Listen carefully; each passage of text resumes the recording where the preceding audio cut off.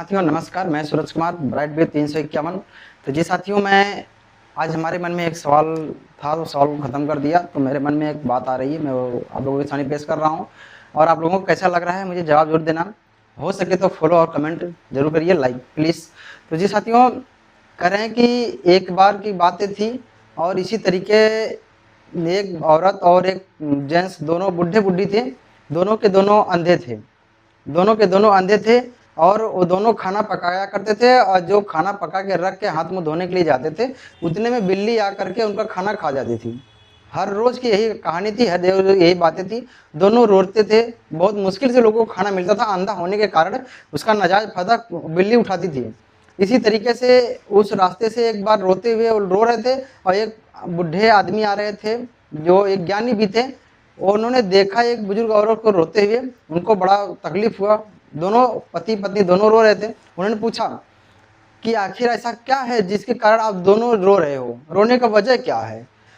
तो दोनों रो रो के बताने लगे कि ऐसा ऐसा है, हमने खाना पकाता हूँ और मेरा खाना भी सही से कंप्लीट भी नहीं हो पाता, इतने में एक बिल्ली है जो आके हमारा खाना खा जाती है।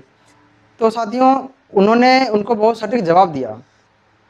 बोला यदि अगर ऐसा है तो जब तक बुड्ढी खाना बनाती हैं तब तक आप एक थाली ले लीजिए, उस पर चम्मच से बजाते रहिए, खन खन खन खन बजाते रहिए, तब तक बजाते रहिए जब तक पूरा खाना बन के ढक के रखा नहीं जाता। इस तरीके से बिल्ली डर से आएगी भी नहीं और आपका खाना सेपरेट रहेगा। तो ये प्लान अच्छा लगा और उसी दिन से दादी ने खाना बनाती और दादाजी ने थालियाँ बजाते रहे, थालियाँ बजाते रहे।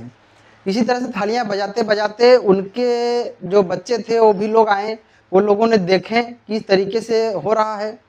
तो उनको तो समझ में नहीं आया ये बात कि ऐसा क्यों हो रहा है।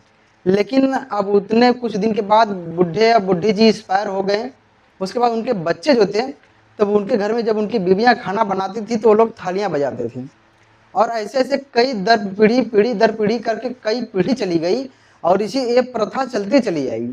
लेकिन इस प्रथा का मेन वजह, मेन कारण क्या था, ये चीज़ सबको पता नहीं था कि आखिर ऐसा होता क्यों है। जो बताने वाला था वो खत्म हो गया, भाई नहीं।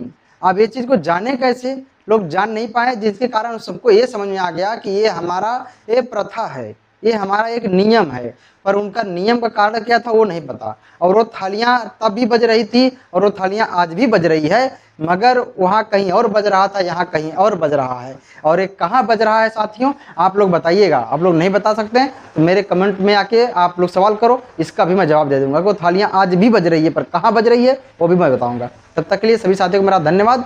और अच्छा लगे तो कमेंट करिए, शेयर करिए और फॉलो सब्सक्राइब जरूर करिए प्लीज़। तब तक के लिए सभी साथियों को मेरा थैंक यू, धन्यवाद।